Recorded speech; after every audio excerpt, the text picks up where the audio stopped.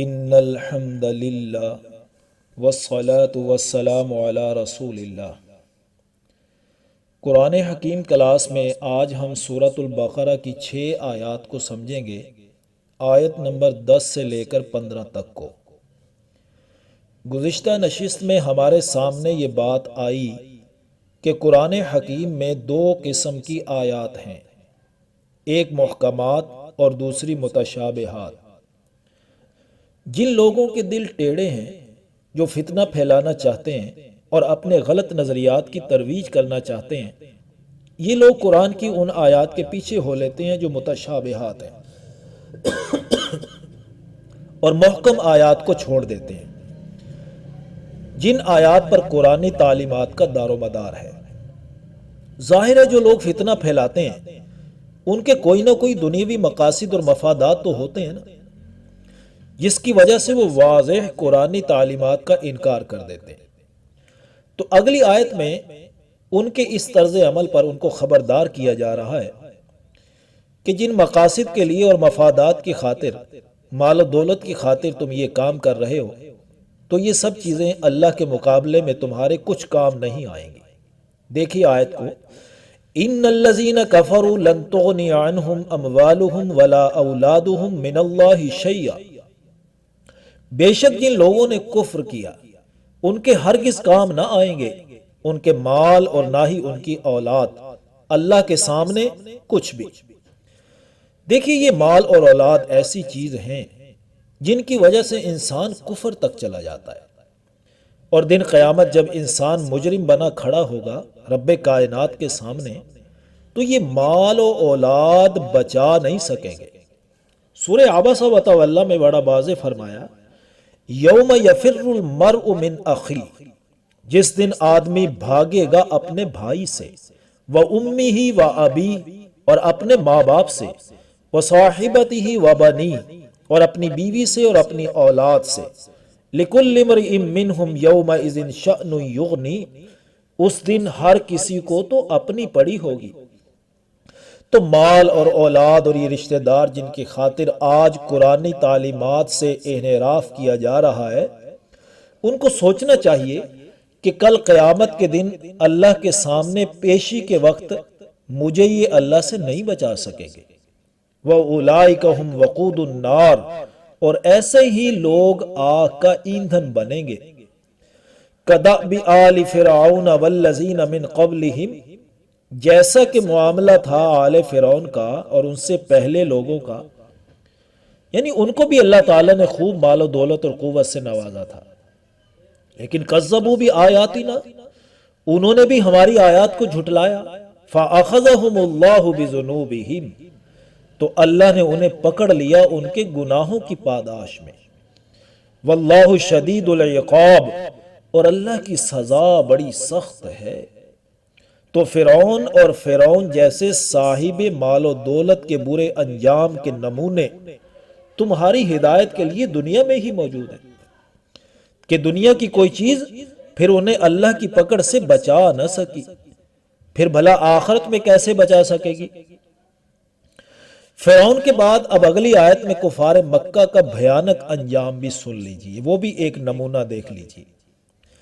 کل للذین کفروا، اے نبی صلی اللہ علیہ وسلم آپ کافروں سے کہہ دیجئے، ستغلبون وتحشرون الی جہنم، کہ اب تم مغلوب ہو جاؤ گے اور آخرت میں جہنم کی طرف ہانکے جاؤ گے۔ وبئس المہاد، اور وہ جہنم بہت ہی برا ٹھکانہ ہے۔ قد کان لکم آیۃ فی فئتین التقطا، ابھی تمہارے لیے ایک نمونہ گزر چکا ہے 2 گروہوں کے بارے میں جن میں باہم مقابلہ ہوا تھا۔ یہ غزوہ بدر کی بات ہو رہی ہے جس میں مشرکین مکہ اور مسلمانوں کا آپس میں ٹکراؤ ہوا۔ فئۃ تقاتل فی سبیل اللہ، ایک گروہ تو اللہ کی راہ میں جنگ کر رہا تھا، وَأُخْرَى کافرہ، اور دوسرا کافر تھا۔ نبی کریم صلی اللہ علیہ وسلم 12 رمضان المبارک سن 2 ہجری میں مدینہ منورہ سے نکلے۔ نبی کریم صلی اللہ علیہ وسلم کے ساتھ 313 صحابہ کرام رضی اللہ تعالیٰ عنہم اجمعین تھے۔ ان کے پاس صرف 2 گھوڑے اور 70 اونٹ تھے، جبکہ مقابلہ میں کفار کی تعداد 1000 پر مشتمل تھی اور آلات حرب کی بھی فراوانی تھی۔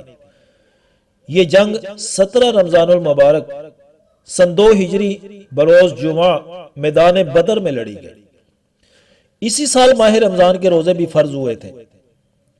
اچھا، جس دن جنگ بدر لڑی گئی اس دن کو یوم الفرقان بھی کہتے ہیں، اور قرآن کو بھی فرقان کہتے ہیں، نزل الفرقان علی عبدی۔ تو یوں سمجھ لیجئے کہ ہر وہ شے جو حق و باطل میں فرق کر دے اس کو فرقان کہتے ہیں۔ اسی وجہ سے حضرت عمر رضی اللہ تعالی عنہ کا لقب فاروق اعظم مشہور ہوا تھا کہ جہاں عمر ہوتا ہے وہیں حق ہوتا ہے۔ غزوہ بدر میں اللہ تعالیٰ نے خصوصی مدد نازل فرمائی تھی، آسمانوں سے فرشتے نازل فرمائے اور کفار کے دل میں اللہ نے رعب ڈال دیا تھا۔ یرونہم مثلیہم رأی العین، وہ انہیں دیکھ رہے تھے اپنی آنکھوں سے کہ وہ دگنے ہیں۔ واللہ یؤید بنصرہ من یشاء، اور اللہ اپنی امداد سے جس کو چاہتے ہیں قوت دیتے ہیں۔ ان فی ذلک لعبرۃ لأولی الابصار، بے شک اس میں عبرت کا سامان ہے دیکھنے والوں کے لیے، کہ ظاہری اور مادی اسباب اور کثیر تعداد کے باوجود کفار مکہ کو اللہ کی پکڑ سے کوئی نہ بچا سکا۔ تو جو واقعتاً سبق اور عبرت حاصل کرنا چاہتے ہیں ان کے لیے اس میں پورا سامان موجود ہے۔ اب اگلی آیت مبارکہ میں دنیاوی نعمتوں اور رشتہ داریوں کے بارے میں بہترین اہم ترین رہنمائی فراہم کی جا رہی ہے۔ زین للناس حب الشہوات، مزین کر دی گئی ہیں لوگوں کے لیے مرغوب چیزوں کی محبت، من النساء والبنین، جیسے عورتیں اور بیٹے، والقناطیر المقنطرۃ من الذهب والفضہ، اور جمع کیے ہوئے خزانے سونے اور چاندی کے، والخیل المسومہ، اور نشان لگائے ہوئے گھوڑے، والانعام والحرث، اور مال مویشی اور کھیتی۔ تو دیکھیے ان چیزوں میں رغبت فطری طور پر اللہ تعالیٰ نے خود رکھی ہے، جس کی بہت سی حکمتیں، 3 حکمتیں میں آپ کو بیان کر دیتا ہوں۔ پہلی حکمت تو یہ کہ دنیا کی چہل پہل اسی فطری جذبے کی وجہ سے دنیا میں نظر آتی ہے، لوگ ان کو حاصل کرنے کی تگ و دو کرتے ہیں۔ اگر یہ اندر جذبہ نہ ہوتا تو کون حاصل کرتا؟ اور دوسری حکمت، ان نعمتوں کو استعمال کر کے جنت کی نعمتوں کی طلب پیدا ہوتی ہے کہ وہ اس سے بھی کہیں بہتر ہے، اور انسان اچھے اعمال کر کے پھر جنت کو حاصل کرنے کی کوشش میں لگ جاتا ہے۔ اور تیسری سب سے بڑی اہم حکمت یہ ہے کہ دنیاوی نعمتیں، مال و دولت، ساز و سامان، رشتہ داریوں، اسی کے اندر تو انسان کا امتحان ہو رہا ہے، جس کو اللہ نے بڑا واضح طور پر سورہ کہف کی آیت نمبر 7 میں فرمایا، اِنَّا جَعَلْنَا مَا عَلَى الْأَرْضِ زِينَةً لَهَا، کہ یہ جو کچھ بھی ہم نے زمین پہ بنایا اس کی زینت کا سامان ہے، لیکن بنایا کیوں؟ لِنَبْلُوَهُمْ أَيُّهُمْ أَحْسَنُ عَمَلًا، تاکہ ہم آزمائیں اس کو کہ ان میں سے کون ہے اچھے عمل کرنے والا۔ تو جب اللہ تعالیٰ نے ان چیزوں کی رغبت انسان کے اندر رکھ دی ہے، جس کی وجہ سے دنیا کی چہل پہل ہے، تو انسان اس بارے میں کون سا طریقہ اختیار کرے؟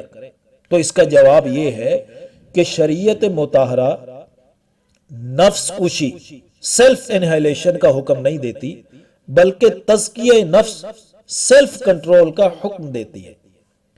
نفس کشی، نفس کو کچل دینا، ختم کر دینا، یہ تو رہبانیت ہے کہ نکاح نہیں کریں گے، تجارت نہیں کریں گے، دنیا کے کام نہیں کریں گے۔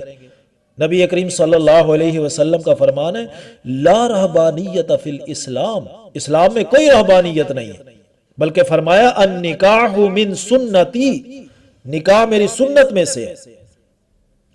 البتہ شریعت تزکیہ نفس، سیلف کنٹرول کا حکم دیتی ہے کہ نفسانی خواہشات جو انسان میں موجود ہیں، انسان ان کو کنٹرول میں رکھے، ان کو حاصل کرنے کے لیے اصول شریعت پامال نہ کیے جائیں، بلکہ اصول شریعت کے مقابلے میں ان خواہشات کو پامال کر دیا جائے۔ تو دیکھیے آیت کے آخر میں 2 باتیں ارشاد فرمائی ہیں اللہ تعالیٰ نے۔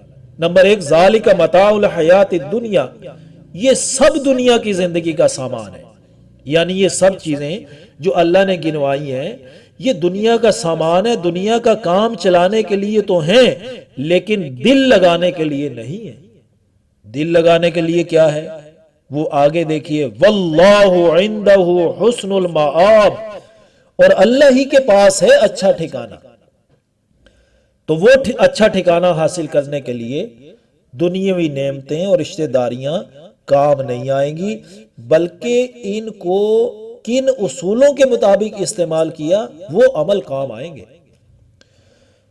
قُلْ أَوْنَبِّئُكُمْ بِخَيْرٍ مِّن ذَلِكُمْ، کہہ دیجئے کہ کیا میں تمہیں ان تمام چیزوں سے بہتر چیز نہ بتا دوں؟ اب آگے بتا رہے ہیں وہ کیا ہے۔ لِلَّذِينَ اتَّقَوْا عِندَ رَبِّهِمْ جَنَّاتٌ تَجْرِي مِن تَحْتِهَا الْأَنْهَارُ، جو لوگ تقوی اختیار کرتے ہیں ان کے لیے ان کے رب کے پاس ایسے باغات ہیں جن کے نیچے سے نہریں بہہ رہی ہیں۔ تو یہ ان چیزوں سے، نعمتوں سے جو دنیا کے مال و دولت ہیں اس سے یہ کہیں بہتر ہے، ان کو داؤ پہ نہ لگاؤ۔ تو یہ بہترین ٹھکانہ جنت کا جس کے نیچے سے نہریں بہہ رہی ہیں یہ متقین کو ملے گا، جو اللہ سے ڈر ڈر کر زندگی گزارتے ہیں، ان دنیاوی ساز و سامان کو حاصل کرتے ہوئے اور استعمال کرتے ہوئے اللہ کی نافرمانی سے بچتے ہیں، ان کو یہ جنت ملے گی۔ خالدین فیہا، اس میں ہمیشہ رہیں گے۔ وازواج مطہرہ، اور ان کے لیے پاکیزہ بیویاں ہوگی۔ ورضوان من اللہ، اور سب سے بڑھ کر اللہ کی خوشنودی ہوگی۔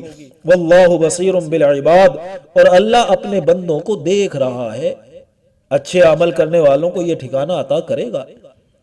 الذین یقولون ربنا اننا آمنا، جو لوگ یہ کہتے رہتے ہیں اے ہمارے رب بے شک ہم ایمان لائے، فاغفر لنا ذنوبنا، سو ہمارے گناہوں کو بخش دیجئے، وقنا عذاب النار، اور ہمیں بچا لیجئے آگ کے عذاب سے۔